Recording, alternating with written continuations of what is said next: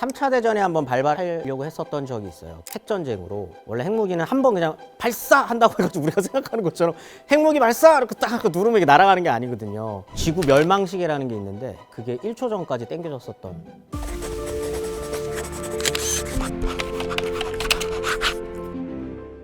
올해 극장가에서 가장 기대되는 작품이라고 꼽히는 영화가 있습니다. 바로 크리스토퍼 놀란 감독의 신작 영화 오펜하이머인데요. 이 영화는 세계 2차 대전의 종지부를 찍었던 최종병기 핵무기의 탄생 이야기, 그리고 이걸 만든 사람에 대한 이야기를 다룬다고 합니다. 그리고 이 놀란 감독이 CG를 원체 안 좋아하는 걸로 유명해서요. 뭐든 실제로 부수고 태우고 불내고 돌리고 막 그러잖아요. 람보르기니를 폐차시키고 중력의 변화를 보여주려고 세트를 360도 돌리며 촬영했고요. 실제 항공기를 세트에 들이받기까지 해서 영화 팬들을 매번 깜짝 놀라게 했는데요. 이젠 당시 핵실험 중 핵무기 폭발하는 장면을 실제로 재현했다고 합니다. 심지어 이게 제대로 성공했다는 소식까지 전해져 호기심이 더해지는데 설마 실제로 핵폭탄이라도 터뜨린 건 아니겠죠? 아무튼 크리스토퍼 놀란 감독도 주목한 이것에 대한 이야기를 해드릴까 합니다. 세상의 모든 것들이 탄생한 이유를 밝혀드립니다. 저는 역사학자 김지현이고요. 본스토리 오늘의 주제는 핵무기입니다.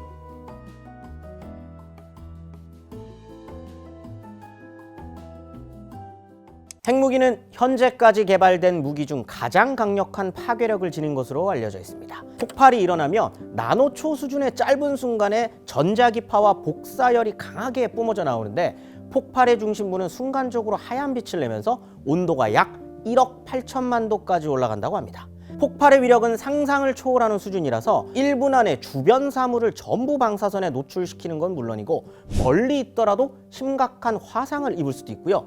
폭발 장면을 맨눈으로 보게 되면 실명할 위험도 있다고 합니다. 또 강력한 충격파로 폭발 장소 인근에 건물이 있다면 콘크리트 구조물도 파괴되고요. 전자기파의 영향으로 통신장비나 전자기기도 영구 손상을 입힐 수 있다고 하네요. 아무튼 인류 역사상 이렇게 강력한 핵무기가 전쟁에서 사용된 건 단 2번뿐입니다. 한 번은 히로시마, 그리고 나가사키에 투하된 원자폭탄이었죠. 두 경우 모두 제2차 세계대전이 끝나갈 무렵에 미국이 일본을 항복시키기 위한 최후의 선택이었다고 알려져 있습니다. 그런데 원자폭탄은 투하된 직후에 수만 단위의 인명을 앗아간 것은 물론이고 도시 하나를 완전히 지우다시피 사라지게 하는 결과를 낳았습니다. 또 생존했더라도 심각한 후유증으로 고통을 호소하는 부상자들이 속출했고 이후에 자손들은 아주 높은 확률로 희귀 난치성 질환에 걸리기도 했답니다. 때문에 핵무기가 국제 평화와 안전에 심각한 위협이 되는 요소라고 여겨져 1970년부터는 유엔에서 핵 확산 금지 조약, 즉 NPT를 발효했습니다. 하지만 핵 확산을 금지하고 견제하고 있을 뿐 핵무기는 여전히 지구상의 여러 나라에 존재하고 있습니다. 미국, 러시아, 중국, 프랑스, 영국과 같이 핵 확산 금지 조약에 가입한 유엔 상임 이사국들도 있고요. 이 조약에 가입하지 않은 인도나 파키스탄, 이스라엘, 그리고 조약에서 아예 탈퇴한 북한도 핵 보유국이라고 추정되고 있습니다. 국제사회는 인정하지 않지만 북한이 스스로 핵무기를 가졌다고 주장하니 지금이라도 한국이 핵 개발을 해야 하는 것 아니냐 이런 목소리도 있고 또 한편에서는 국제사회 관계를 위태롭게 하고 핵무기 개발 비용으로 들어가는 어마어마한 비용은 어떻게 감당할 것이냐 이런 의견들도 있습니다. 아무튼 이건 조금 뒤에 얘기하도록 하고요. 그 이후부터는 핵을 직접 사용한 전쟁은 없었지만 핵무기를 가지고 국제사회 평화를 위협하는 경우가 시시때때로 발견되기도 했죠. 예를 들어 가까이 있는 북한만 해도 어떻습니까? 틈만 나면 핵실험이나 탄도미사일 시험 발사를 감행하고요. 한반도의 평화를 위협하는 바람도 서슴지 않습니다. 고발자들이 말로가 얼마나 비참해지는가를 똑똑히 보게 될 것이다. 또 지난해에는 러시아가 우크라이나군으로부터 본토를 공격당하자 푸틴 대통령이 핵전쟁 위기가 고조되고 있다며 러시아는 핵무기를 방어수단이자 잠재적 반격수단으로 간주한다고 말하기도 했습니다. 다시금 핵무기가 전쟁에 사용될 수 있을 것이라는 일종의 위협 카드로 언급한 겁니다. 인류의 전쟁 역사를 봤을 때 화약이라는 물질을 무기로 하는 시대에서 핵이라는 에너지를 무기로 만들기 시작한 시기는 제2차 세계대전이 일어나기 직전인 1930년대로 거슬러 올라갑니다. 독일은 제1차 세계대전에서 패배하고 극심한 경제난과 실업난에 허덕이고 있었는데요. 그러다가 1933년에 아돌프 히틀러가 독일 공화국의 총리가 되면서 생활고에 시달리던 독일 사회가 경제적인 부흥기를 맞이하게 됐는데, 문제는 히틀러와 집권당인 나치가 당장 먹고 사는 문제를 해결해 주니까 이들이 극단적인 민족주의와 반유대주의 정책을 펼친다 해도 반대는커녕 오히려 옹호하는 사람들이 기하급수적으로 늘어났다는 겁니다. 그러다 보니 독일이나 독일의 동맹국에 거주하는 유대인들은 합법적이고 공개적으로 탄압당하기 시작했습니다. 학계에서 명망 있는 지식인들도 유대인이라면 예외가 아니었습니다. 노벨 물리학상까지 받았던 물리학자 아인슈타인도 독일에서 나고 자란 유대인이었는데요. 대학을 우수한 성적으로 졸업했음에도 불구하고 한동안 취직도 하지 못한 데다가 겨우 취업한 첫 직장이 보험회사였다고 전해집니다. 또 나치당은 도서관에 소장되어 있던 유대인 지식인들이 저술한 책들을 베를린 대학의 광장에서 모두 불살라 버리기도 했습니다. 책의 저자는 아인슈타인, 해밍웨이, 프로이트, 카프카 같은 이름만 대면 알만한 당대 최고의 학자들이었죠. 이런 상황이다 보니 유대인들은 유럽을 떠나 그때까지만 해도 전쟁에서 한 발 멀리 떨어져 있었던 미국으로 망명합니다. 물리학자 아인슈타인도 이맘때 미국으로 거처를 옮겼는데요. 그는 1939년에 독일이 핵무기를 개발하고 있다는 사실을 알게 되고 미국의 루즈벨트 대통령에게 알려 경고하는 서신을 보냅니다. 그리고 한 달 뒤 세계 2차 대전이 터졌는데 미국 정부는 독일이 먼저 원자폭탄을 만들지도 모른다는 우려 때문에 서둘러서 핵무기 개발을 위한 작전을 추진하게 됩니다. 이름하여 맨해튼 프로젝트. 미국이 주도하고 영국과 캐나다가 참여해 극비리의 핵무기를 제작할 계획이었죠. 이 작전의 이름은 뉴욕의 맨해튼이라는 지명을 쓰고 있지만 막상 맨해튼에는 연구시설이 없었고요. 미국과 캐나다, 영국 대학들을 포함해 약 30군데의 시설에서 연구가 진행됐다고 합니다. 맨해튼은 그저 이 프로젝트를 지칭하는 암호명이었다고 전해지죠. 프로젝트는 1942년부터 1946년까지 약 4년간 진행됐습니다. 1945년에는 인류 역사상 최초로 핵폭발 실험도 이루어집니다. 이 실험의 이름은 그 유명한 트리니티였고요. 폭탄이라는 단어를 쓰게 되면 스파이들이 정보를 누설하게 될까봐 폭탄의 명칭도 도구 또는 장치라는 의미를 가진 가젯이라는 단어로 불렸다고 합니다. 가젯은 32면체의 구조로 만들어졌는데요. 이건 정확한 핵폭발을 위해 필요한 화약과 점화 장치의 수를 수학자들이 컴퓨터도 없이 10개월 이상의 수치를 계산해 발견한 결과물로 당시에는 어마어마한 기밀 기술이었다고 전해집니다. 실험 당시에 이 폭탄은 외형상으로도 폭탄처럼 보이지는 않았다고 합니다. 폭탄 표면에 점화 장치와 폭약들을 연결한 케이블로 뒤엉켜 있었기 때문이라는데, 이건 폭발 시에 확실한 핵분열 반응을 일으켜 초임계 상태를 이끌어내기 위함이었다고 합니다. 트리니티 실험에서 등장한 이 폭탄은 일본의 나가사키에 투하된 원자폭탄 펜맨과 동일한 구조였는데 30m 높이의 철제로 만든 탑에 매달아 공중에서 폭발시켰습니다. 이 실험의 성공으로 만들어진 두 종류의 원자폭탄은 리틀보이 그리고 펜맨이라는 이름이 붙여져 실험 후 한 달 뒤 일본의 히로시마와 나가사키에 투하됩니다. 그리고 전 세계인들이 이 무기의 위력을 두 눈으로 확인할 수 있었죠.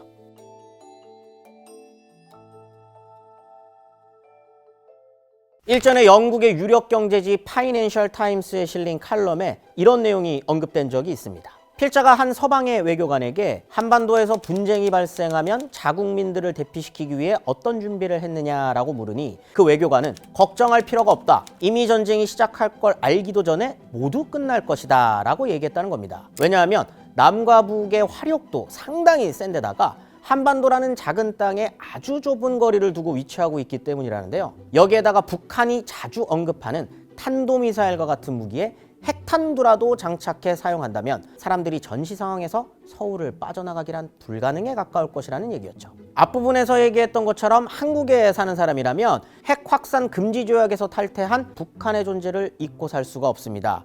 북한의 경우 6.25 전쟁 직후에 소련의 지원을 받아 핵무기 개발에 상당 수준 연구를 했고 지금도 끊임없이 지속하고 있다고 알려져 있습니다. 물론 국제사회에서 북한이 핵 계획을 포기하게 하려는 시도는 여러 차례 있었는데요. 북한은 합의와 파기를 반복하며 핵무기를 보유하기 위한 의지를 굽히지 않았습니다. 미국의 대조선족 대시정책과 핵위협의 근원적인 청산이 없이는 100년이 가도 우리가 핵무기를 먼저 내놓는 일은 없을 것이다. 한국도 핵기술을 확보해 북한을 견제하고 스스로 핵무장을 하려던 시도는 있었지만 미국의 개입으로 중단될 수밖에 없었습니다. 게다가 한국 역시도 1975년에 핵 확산 금지 조약에 가입했기 때문에 현재로서는 핵을 보유하거나 개발하는 것도 불가능한 상태입니다. 물론 핵 확산 금지 조약에 합의한 동맹국들은 핵 보유국이 비핵 보유국들에게 필요시 해구산을 제공해 안보 유지에 도움을 주겠다고 약속되어 있지만 자국의 안전을 타국의 전력에 의존해야 한다는 불확실성 때문에 부정적인 측면이 분명 존재합니다. 이런 이유에서인지 한국갤럽을 통해 조사된 국민 여론에 따르면 한국의 핵무장을 지지하는 찬성 여론이 한국의 핵무장을 반대하는 여론의 2배가량으로 꾸준히 유지되고 있는데요. 그러나 이 또한 지금 당장 핵무장을 하자는 여론보다는 상황에 따라 핵무장도 불사할 수 있다는 정도의 의견이 주를 이루고 있는 겁니다. 지금부터라도 자체적으로 핵무장을 준비할 수 없냐라는 의문을 가진 분들도 계실 겁니다. 한국이 고도의 핵기술을 보유하고 있음에도 불구하고 핵무장을 하지 못하는 이유에 대해서 전문가들은 이렇게 이야기하고 있습니다. 정치, 외교, 경제 등 모든 분야에서 국제사회 여러 나라들로부터 영향을 받고 있다 보니까 한국이 만약 핵무기를 개발하겠다고 선언한다면 국제적인 경제 제재와 외교적인 압박이 감당할 수 없는 수준에 이를 거라고 전망하는 겁니다. 한마디로 얻는 것보다 잃는 것이 훨씬 더 많은 선택이라는 거죠. 맨하탄 프로젝트의 중심에서 원자폭탄 개발을 주도한 사람 중 하나인 J. 로버트 오펜하이머라는 이론 물리학자가 핵무기를 만든 진짜 이유를 훗날 한 다큐멘터리에서 이렇게 언급했다고 합니다. 세상에서 도저히 사용할 수 없는 수준의 무기를 만들어 전쟁을 무의미하게 하려 했다라고 말이죠. 하지만 사람들이 이 폭탄의 엄청난 파괴력을 실제로 목격하고도 그저 아주 강한 보통의 무기 정도로 취급하는 것을 보며 그는 절망에 빠져 이렇게 말했다고 합니다. 과학자라는 죄를 알아버렸다라고 말입니다. 오펜하이머는 원자폭탄의 아버지로 불렸지만 이후 남은 일생을 반핵주의자로 살아왔습니다. 그 때문에 공직에서는 불명예스럽게 추방당했고요. 사생활의 전반은 FBI의 감시를 받으며 살다가 62세의 암으로 세상을 떠나고 말았는데요. 과연 그가 모든 업적을 벗어던지고 억압을 받으면서도 끝까지 지키고 싶었던 소신은 무엇이었을까요? 그리고 그의 바람대로 핵무기는 앞으로도 인류의 평화와 공존할 수 있을까요? 여러분이 생각하는 핵무기에 대한 의견도 댓글로 많이 남겨주시고요. 저는 더 재밌는 탄생의 이야기로 다시 돌아오겠습니다. 하나, 둘, 셋. 3차 대전에 한번 발발하려고 했었던 적이 있어요. 핵전쟁으로. 지구 멸망시계라는 게 있는데 그게 1초 전까지 땡겨졌었던 1962년이었는데 미국이랑 소련이랑 서로 경쟁하다시피 이제 핵무기를 개발을 하면서 미국이 이 정도면은 최종병기야라고 해가지고 만들었었던 폭탄이 하나 있었어요. 그거를 뛰어넘는 폭탄을 소련에서 개발을 한 거죠. 그게 짜르본바라는 수소 핵폭탄을 개발을 하고 1962년이 되면 미국이 터키를 중심으로 이제 중동 지역에 배치를 시켜요. 전략 핵무기들을. 소련 입장에서는 위협이 된 거죠. 방법을 찾는 와중에 쿠바에서 혁명이 납니다. 카스트로가 혁명을 성공시켜서 사회주의 국가가 된 거죠. 활용할 가치가 생긴 거잖아요. 왜냐하면 플로리다랑 한 150km 정도밖에 안 떨어져 있거든요. 그러니까 여기에서 미사일을 쏘면 미국 동부는 거의 이제 날아가는 수준인 건데 그게 미국의 정보망에 걸리면서 케네디가 TV 방송에 나와서 공개적으로 최후 통첩을 날려요. 빼지 않으면 전쟁이다. To regard any nuclear missile launched from Cuba against any nation in the Western Hemisphere as an attack. 서로 이제 잠수함을 통해서 공격을 하는 데까지 왔었어요. 근데 중간에 이제 과정들이 있잖아요. 원래 핵무기는 한 번 그냥 발사한다고 해가지고 우리가 생각하는 것처럼 핵무기 발사 이렇게 딱 누르면 이게 날아가는 게 아니거든요. 그러니까 중간 단계에 있었던 장교가 이거 잘못 전달된 내용인 것 같은데? 라고 해서 Then I made my decision. I picked up the telephone handset, spoke to my superiors, and reported that the alarm was false. 이대로 가다가 정말 전쟁이었으니까 적대국이랑은 통신을 서로 안 하거든요. 그러다 보니까 이제 후르쇼프가 라디오를 통해서 그걸 흘려요.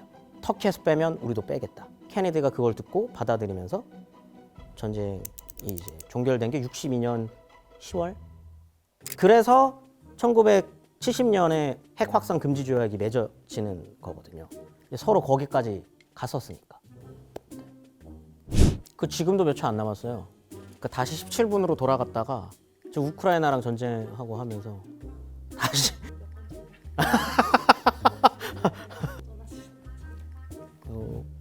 중립국으로 이제 중립국이라고 할 만한 데들이 다 물가들이 비싸요. 스위스 이런 나라들 물가들이 다들 비쌉니다. 그래서 어디로 튀어야 되는지 참 애매하죠.